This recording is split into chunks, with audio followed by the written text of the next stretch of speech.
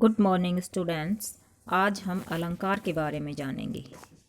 वैसे तो हमने अलंकार का बहुत सा नाम सुना है, लेकिन इसके बारे में सही से नहीं जाना है। तो आज हम अपने ग्रामर का ये टॉपिक क्लियर कर लेते हैं। अलंकार का कार्य है सजाना।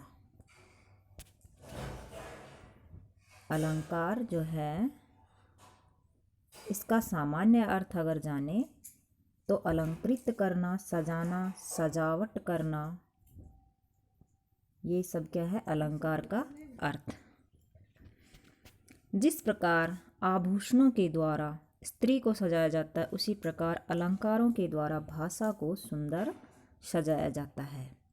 अलंकार काव्य की शोभा बढ़ाने के लिए प्रयोग में किए जाते हैं। इसका प्रयोग कविता को आकर्षक व प्रभावशाली बनाती है।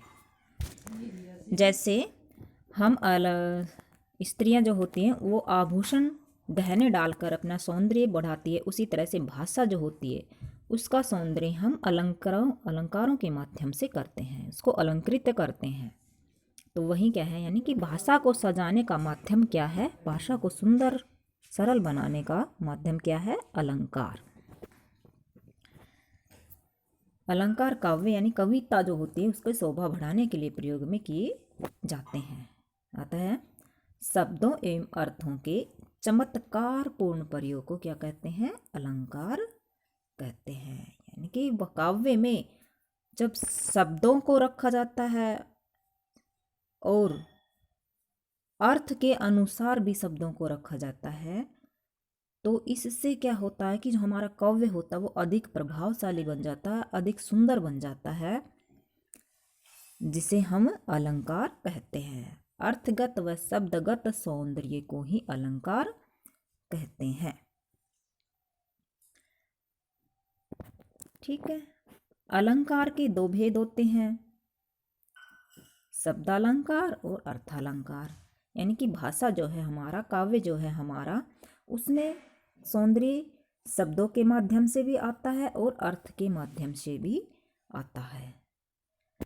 जहाँ शब्दगत सौंदर्य होता है वहाँ शब्दालंकार, जहाँ अर्थगत सौंदर्य होता है वहाँ अर्थालंकार होते हैं। काव्य में जहाँ शब्दों को इस तरीके से रखा जाता है जिससे काव्य में एक अलग ही तुक लय बन जाती है, अलग ही छटा बन जाती है, वहाँ शब्दगत सौंदर्य होता है। और कई बार काव्य में ऐसे शब्दों को रखा जाता है जिससे उनका जो अर्थ निकलता है उस शब्द का, उस अर्थ से काव्य में सौंदर्य उत्पन्न होता है, वहाँ अर्थगत सौंदर्य या अर्थगत अलंकार, अर्थालंकार होते हैं। कैसे होते हैं आइए अभी जानते हैं। शब्दालंकार क्या होते हैं, जहाँ कुछ विशेष शब्दों के कारण अभिव्यक्ति में सुंदरता आती है, कुछ विशेष शब्द रखे जाते हैं जिससे हम उस काव्य को गाते हैं, बोलते हैं तो उसमें अलग से ही सुंदरता आ जाती है, वहाँ शब्दालंकार होता है। इसके प्रयोग से काव्य के सौंदर्य में भी वृद्धि होती है। कैसे, देखो इस उदाहरण के माध्यम से हम जानते हैं। अब यहाँ एक उदाहरण है, चारु चंद्र की चंचल किरणें खेल रही है जल थल में। अब देखो बेटा, एक सेंटेंस दिया गया है पूरा, एक काव्य की एक पंक्ति दी गई है, इसमें शब्दगत सौंदर्य हो रहा है। कैसे, हर शब्द च से शुरू हो रहा है। चारु चंद्र की चंचल किरणें, यहाँ तक च की आवृत्ति, फिर आगे खेल रही है जल थल में, यहाँ ल जल थल, खेल जल थल, ये खेल जल थल एक सीक्वेंस में एक जैसे शब्द बन रहे हैं, अतः यहाँ शब्दालंकार है। उपयुक्त पंक्तियों में च और ल वर्ण की आवृत्ति यानी कि बार बार आने से सौंदर्य उत्पन्न किया गया है, अतः यहाँ शब्दालंकार है। एक उदाहरण और भी ले लेते शब्दालंकार का, जैसे हम बोलते हैं, चाचा ने चाची को चांदनी चौक में चांदी की चम्मच से चटनी चटाई। इसमें च च च हर वर्ड जो है वो च से शुरू हो रहा है, यानी कि शब्दगत सौंदर्य, शब्द का सौंदर्य काव्य में उत्पन्न हो रहा है, तो वहाँ शब्दालंकार होते हैं। शब्दालंकार के भेद जान लेते हैं हम। शब्दालंकार के मुख्य रूप से तीन भेद होते हैं, अनुप्रास, यमक और श्लेष। शब्दालंकार के 3 भेद हो गए, अनुप्रास, यमक, श्लेष। अनुप्रास अलंकार क्या होता है? जिस रचना में किसी व्यंजन वर्ण की आवृत्ति एक निश्चित क्रम में होती है वह अनुप्रास अलंकार होता है। यानी कि कोई एक ही व्यंजन वर्ण है और उसकी बार बार आवृत्ति एक निश्चित क्रम में होती है, एक ही वर्ण की बार बार आवृत्ति होती है, पुनरावृत्ति होती है, वहाँ अनुप्रास अलंकार होता है। जैसे तरणी तनुजा तट तमाल तरुवर भर छाए, यहाँ तय तय तय वर्ण की बार बार आवृत्ति हो रही है, तो यहाँ एक ही वर्ण की आवृत्ति हो रही है, कि व्यंजन की आवृत्ति हो रही है, वह अनुप्रास अलंकार है। दूसरा है हमारा यमक। यमक में क्या होता है? जहाँ एक शब्द एक से अधिक बार आए पर उनके अर्थ में भिन्नता हो, वहाँ यमक अलंकार होता है। जैसे माला फेरत जुग भया, फिरा न मन का फेर, कर का मन का डारी दे, मन का फेर। क्या कह रही है हमारी परिभाषा? कि एक शब्द एक से अधिक बार आए लेकिन उसके अर्थ में भिन्नता हो, शब्द तो एक जैसा हो लेकिन हर बार वो अलग अर्थ देता हो। जैसे यहाँ मन का और मन का 4 बार आवृत्ति हो रही है, मन का, यानी कि मन का शब्द की आवृत्ति हो रही है, लेकिन यहाँ हर बार दोनों बार, इसमें भी मन का, इसमें भी मन का, दोनों बार अलग अर्थ है इसका। कैसे? मन का शब्द 4 बार आया है इसमें, 1 2 3 4, ठीक है। दूसरे और चौथे मन के का अर्थ है माला का दाना। दूसरा मन का कहाँ है? मन का, यानी कि माला का दाना, जबकि पहले और तीसरे मनके का अर्थ है हृदय का। इसका इस प्रकार अर्थ की वजह से यहाँ यमक अलंकार है। क्या है? जैसे माला फेरते फेरते एक अरसा बीत गए, एक युग बीत गया, फिरा न मन का फेर, लेकिन फिर भी जो मन रूपी मन का है, मन का फेर है, जो हमारा चंचल हृदय है, उसका वो नहीं बदला। कर का मन का डारी दे, कर यानी कि हाथ रूपी मोती जो है उसको डालकर मन रूपी मन का है, जो हृदय का मन का है, जो हमारा हृदय रूपी मोती है, उसको हमें फेरना चाहिए। थर्ड है श्लेष अलंकार। श्लेष अलंकार, श्लेष का अर्थ ही जान लेते हैं। यहाँ यमक का अर्थ होता है जोड़ा।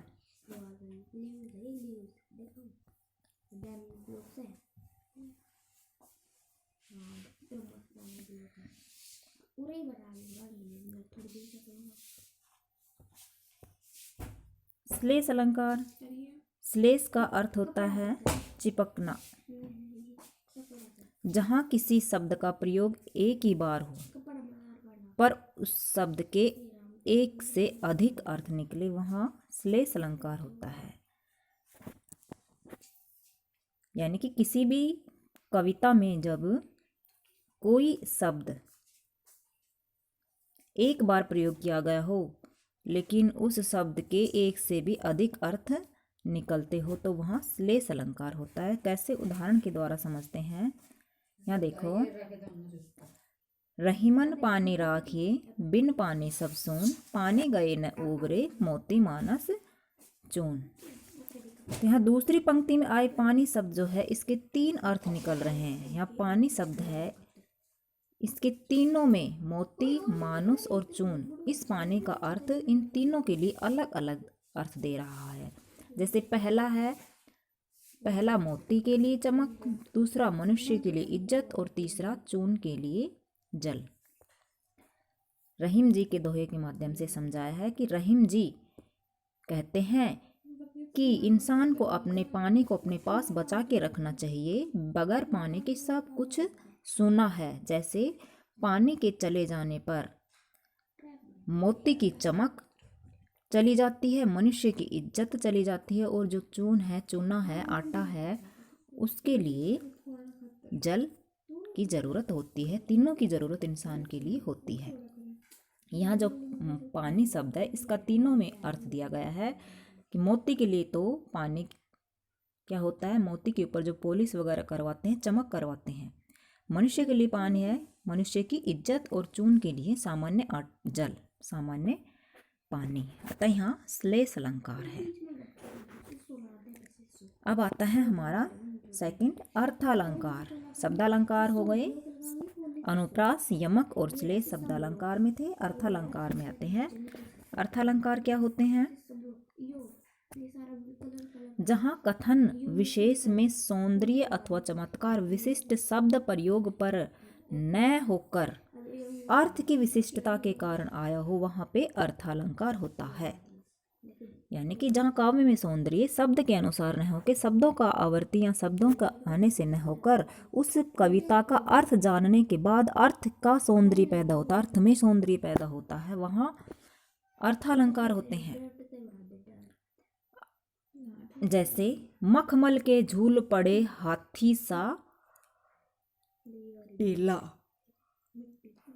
तो इस काव्य पंक्ति में वसंत के आगमन पर उसकी सज धज और शोभा की सादृश्यता यानी कि समानता को किसी महंत की सवारी के साथ करते हुए चमत्कार उत्पन्न किया गया है। यहाँ हाथी सा टीला यानी कि जो वसंत ऋतु का मौसम आता है, वसंत ऋतु में चारों ओर सौंदर्य बिखरा होता है। उस सौंदर्य को हाथी और महंत यानी कि हाथी की जो सवारी करने वाला है, उसके माध्यम से उस आने वाली वसंत ऋतु के मौसम का बखान किया गया है। कि तो यहाँ पर कि हाथी सा टिल्ला यानी कि चारों ओर हाथी सा विराट टीला दिखाई दे रहा है, जिस पर मखमल के से झूले पड़े हैं। हाथी का सी टीला इस पूरी सृष्टि को बताया गया है, और इस पूरी सृष्टि पर जो हरे भरे पौधे, फूल, पेड़ पौधे, पत्तियां, पेड़ों में नई कोपले आ गए, इन सबको मखमली झूल का नाम दे दिया गया। यानी कि प्रकृति के सौंदर्य को हाथी और मखमल की झूल से उपमा दी गई है। तो यहाँ अर्थालंकार, इस पंक्ति का अर्थ जो निकाला गया, उस अर्थ से सौंदर्य उत्पन्न हुआ है, चमत्कार हुआ है, अतः यहाँ अर्थालंकार है। अर्थालंकार के भेद जान लेते हैं। अर्थालंकार जो है, इसके मुख्य रूप से 5 भेद दिए गए हैं। वैसे तो बहुत सारे अर्थालंकार है, लेकिन हमारे सिलेबस में अभी 5 ही हैं। इन्हीं के बारे में जान लेते हैं। उपमा, रूपक, उत्प्रेक्षा, अतिशयोक्ति और अन्योक्ति, ये अलंकार है। शब्द अलंकार 3 थे, याद रखना, अनुप्रास, यमक और श्लेष। अर्थालंकार यहाँ 5 दिए गए हैं, उपमा, रूपक, उत्प्रेक्षा, अतिशयोक्ति और अन्योक्ति। उपमा अलंकार क्या होता है? किसी से उपमा देना, किसी से तुलना करना। जहाँ किसी समान गुण, धर्म अथवा क्रिया को लेकर 2 वस्तुओं या व्यक्तियों की तुलना की जाए, वहाँ उपमा अलंकार होता है। जैसे यहाँ मखमल के झूल पड़े हाथी सा टीला, यहाँ पूरे प्राकृतिक सौंदर्य को हाथी से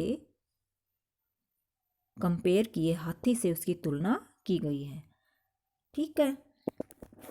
जहाँ किसी सामान्य की एक समान जैसे गुण और धर्म उसका दिखता है, एक जैसे दिखने से उनमें तुलना कर देते हैं, उसके जैसा दिखता है तो उनमें जैसे तुलना कर देते हैं, वहाँ पर उपमा अलंकार होता है। उपमा जो है, इसके 4 आवश्यक तत्व होते हैं। उपमेय, उपमान, साधारण धर्म और वाचक शब्द। उपमा अलंकार जो होता है, इसमें ये 4 बातें होनी आवश्यक है। उपमेय क्या होता है? जिस व्यक्ति या वस्तु की तुलना की जाए उसे उपमेय कहते हैं। जिसकी तुलना करते हैं हम, उसे क्या कहते हैं? उपमेय कहते हैं। जैसे कर कमल के समान सुंदर है। कर का मतलब होता है हाथ, हाथ कमल के जैसे सुंदर है। इस वाक्य में कर क्या है? हाथ उपमेय है। यानी कि किसकी तुलना की जा रही? हाथों की तुलना कमल से की है। यहाँ पे हाथ जो है, कर जो है, उसकी तुलना किससे की है? कमल से की है। तो जिसकी तुलना की जाती है वो उपमेय होता है। उपमान, जिससे तुलना की जाए वहाँ उपमान। जैसे कर कमल के समान सुंदर है, इस वाक्य में कर कमल के समान, हाथों की तुलना किससे की गई है? कमल से की गई है। तो कमल क्या है? इसमें उपमान है। साधारण धर्म क्या होता है? दो वस्तुओं में जिस गुण के कारण परस्पर तुलना की जाती है वह साधारण या समान धर्म कहलाता है। कर कमल के समान सुंदर है, इसमें जो सुंदर शब्द है वो क्या है? साधारण। यानी कि दोनों में तुलना, कर और कमल, हाथ और कमल दोनों में किससे उपमा की जा रही है, किससे तुलना की जा रही है? उनकी दोनों का समान गुण क्या है? सुंदरता में तुलना की जा रही है दोनों में कि कौन किससे सुंदर है। तो सुंदर शब्द क्या हो गया? साधारण धर्म। वाचक शब्द क्या होते हैं? उपमेय और उपमान में समानता दर्शाने वाला शब्द ही क्या है? वाचक। जैसे कर कमल के समान सुंदर है, तो इस वाक्य में समान शब्द क्या है? वाचक शब्द है। इसी प्रकार सा से सी आदि भी वाचक शब्द होते हैं। जिस सेंटेंस में, जिस पोयम में, जिस कविता में सा से सी लगाकर उनमें समानता दर्शाई जाती है तो वहाँ भी उपमेय या उपमान या वाचक शब्द ही उसमें होते हैं। वहाँ भी वाचक शब्द सा से सी या समान होते हैं जो कि उपमा अलंकार में आते हैं। उपमा अलंकार का एक उदाहरण देख लेते हैं। सीता का मुख चंद्रमा के समान सुंदर है। अब सीता जो है इसका मुख चंद्रमा के समान सुंदर है, तो सीता शब्द तो क्या हो गया? उपमेय हो गया। सीता का मुख क्या हो गया? सीता का मुख हो गया उपमेय। चंद्रमा क्या हो गया? उपमान। के समान, समान क्या हो गया? वाचक शब्द। और सुंदर हो गया साधारण धर्म। ठीक है, ये चारों तत्व इसमें आ गए। उपयुक्त उदाहरण में चंद्रमा उपमेय है,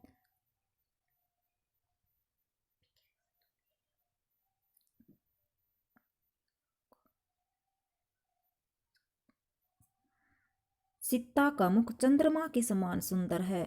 तो जिसकी, यहाँ देखो बेटा कुछ मिसप्रिंट हो रहा है हमारी बुक में कि सीता का मुख चंद्रमा के समान सुंदर है। चंद्रमा के समान बताया गया है, तो समान चंद्रमा से तुलना की जा रही है, तो चंद्रमा शब्द तो यहाँ उपमान होना चाहिए। और सीता का मुख की तुलना की जा रही, तो सीता का मुख क्या होना चाहिए? उपमेय होना चाहिए। ठीक है, तो इसमें चंद्रमा जो है वो तो उपमान है और सीता का मुख क्या है? उपमेय है। साधारण धर्म सुंदर है, वाचक शब्द क्या है? समान है।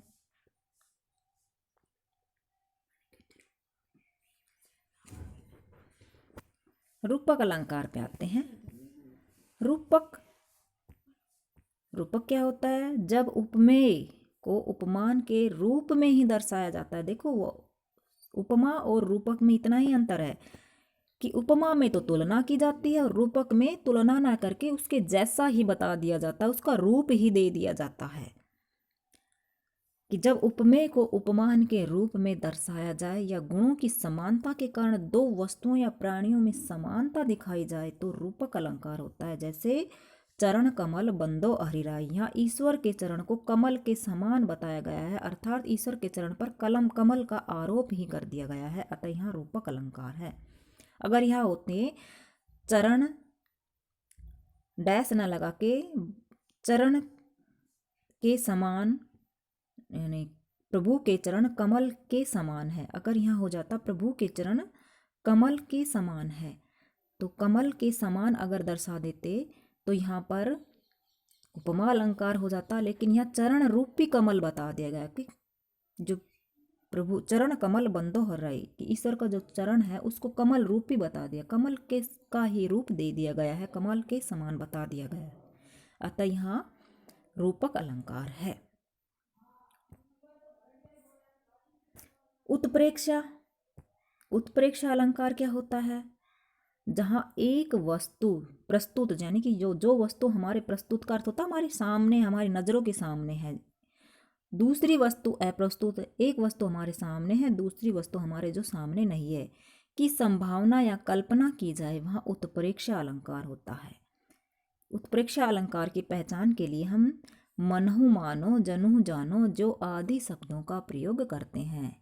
यानी कि जिस पोयम में जन जानहु, मन मानहु, जानो मानो, ज्यों त्यों ऐसे शब्द आ जाते हैं, वहाँ उत्प्रेक्षा अलंकार होता है।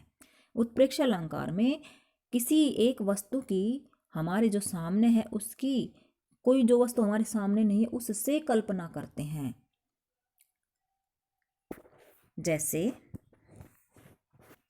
उस काल मारे क्रोध के तन कांपने लगा, मानो हवा के वेग से सोता हुआ सागर जगा। अब सबसे पहले तो जन जानो मन मानो है, वहाँ उत्प्रेक्षा, तो मानो शब्द यहाँ आ गया, इसका मतलब यहाँ उत्प्रेक्षा अलंकार है। परिभाषा क्या कहते हैं, जहाँ एक वस्तु जो प्रस्तुत वस्तु है हमारे सामने है उसकी दूसरी अप्रस्तुत वस्तु से संभावना की जाती है। तो यहाँ इस पंक्तियों में क्रोध के कारण शरीर जो कांपने में हवा के वेग से सोते हुए जागने की संभावना या कल्पना की गई है कि उस समय जो कवि कहता है कि मेरा शरीर जो मेरा तन है क्रोध से इस तरह से कांपने लगा जैसे कि हवा के वेग से तेज हवा तेज तूफान के आने से सोता हुआ सागर जाग जाता है। अब जो क्रोध है, कवि का क्रोध है, उस क्रोध की तुलना, उस क्रोध की को कंपेयर, उस क्रोध को समुद्र से उसकी तुलना की है।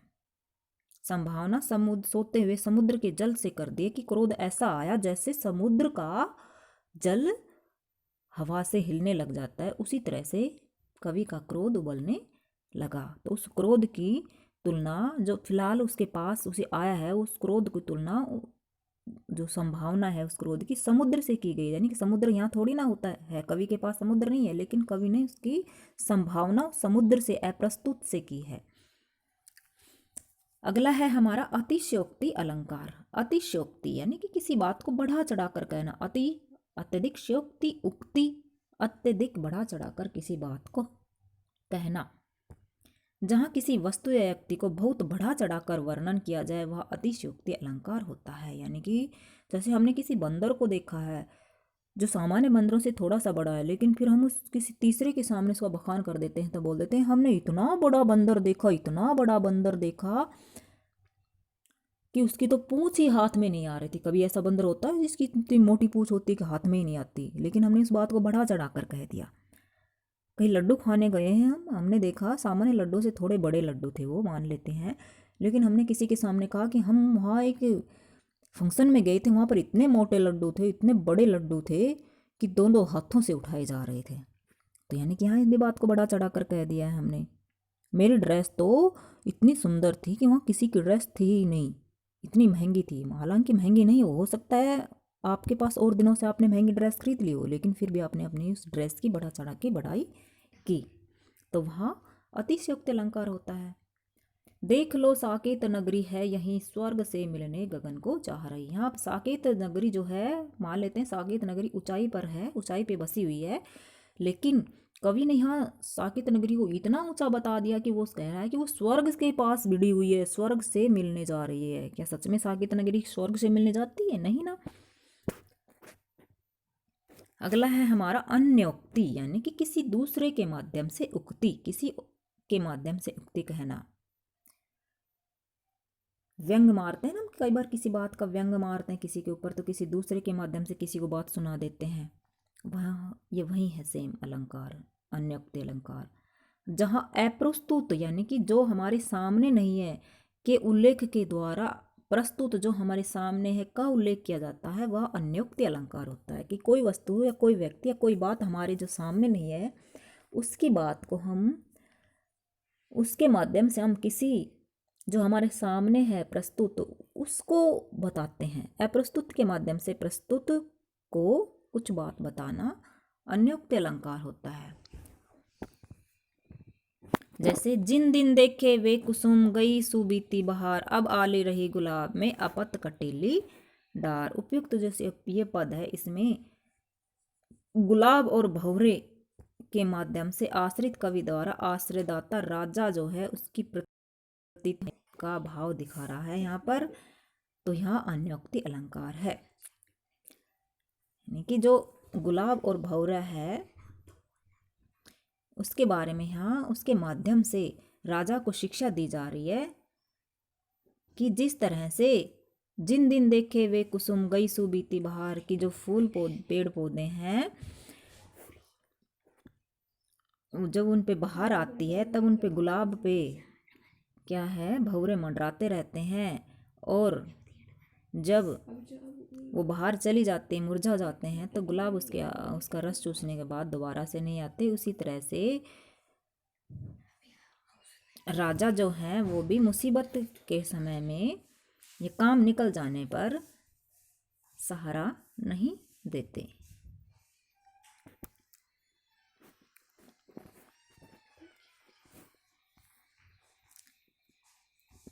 चरण कमल बंदो हरिराई, इसमें कौन सा अलंकार है? चरण कमल बंदो हरिराई, कौन सा हो जाएगा इसमें? रूपक, यानी कि हरि के जो कमल पैर हैं उनको कमल का रूप दे दिया गया है। मखमल के झूले पड़े हाथी सा टीला, हाथी सा टीला यानी कि प्रकृति जो बसंत ऋतु का सौंदर्य है उसको हाथी के टीले के समान और मखमल के झूले के समान बताया गया है। तो यहाँ हो जाएगा उपमा अलंकार। बारिश बारिश बूंद, अब देखो बै बै वर्ण की आवृत्ति हुई है, बै बै बै, तो यहाँ हो जाएगा एक ही वर्ण की बार बार आवृत्ति होने से अनुप्रास अलंकार होता है। आए महंत वसंत, आए महंत वसंत, महंत रूपी वसंत आए हैं, रूपक अलंकार हो जाएगा। वह जिंदगी क्या जिंदगी जो सिर्फ पानी सी बही, यहाँ जिंदगी को पानी से तुलना की गई है, तो यहाँ उपमा अलंकार हो जाएगा। मुदित महीपति मंदिर आए, मैं मुदित मैं मही मैं मंदिर मैं वर्ण की आवृत्ति होने से यहाँ अनुप्रास अलंकार है। हनुमान की पूछ में लगन न पाई आग, लंका सिगरी जल गई गए निशाचर भाग, इसमें हो जाएगा अतिशयोक्ति अलंकार। हनुमान की पूछ में आग न लगने पाई और लंका सारी जल गई, सारे राक्षस भाग गए। कैसा हुआ था सच में? हनुमान की पूछ में तो आग लगी थी ना रामायण के समय में, लंका सारी जली थी, लेकिन और राक्षस भी भागे थे, लेकिन हनुमान की पूछ में तो आग तो लगी थी नहीं। हनुमान की युक्ति को ज़्यादा बढ़ा चढ़ा कर कह दिया कि हनुमान इतना महान है कि उसकी पूछ में तो आग लगी ही नहीं थी, मगर आग लगे लंका सारी कैसे जली। कालिंदी कूल कदम्ब की डारन, कालिंदी कूल कदम्ब की डारन, यहाँ पर क वर्ण की आवृत्ति हो रही है, तो यहाँ अनुप्रास अलंकार।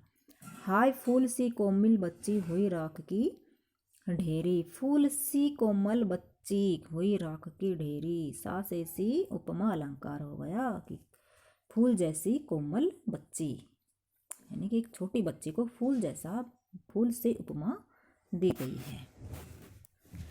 अलंकार किसे कहते हैं? काव्य का सौंदर्य बढ़ाने वाले या शब्द एवं अर्थ के चमत्कार से पूर्ण संयोगों को क्या कहते हैं? अलंकार कहते हैं। शब्दालंकार व अर्थालंकार में अंतर स्पष्ट कीजिए। तो शब्दालंकार क्या होते हैं? शब्दालंकार होते हैं कि जहाँ कुछ विशेष शब्दों के कारण काव्य में सुंदरता आती है, वहाँ शब्दालंकार होते हैं। और अर्थालंकार का क्या होते हैं? जहाँ कोई कथन विशेष में सौंदर्य अथवा चमत्कार विशिष्ट का प्रयोग किया जाए, वहाँ पर क्या होते हैं? अर्थालंकार होते हैं।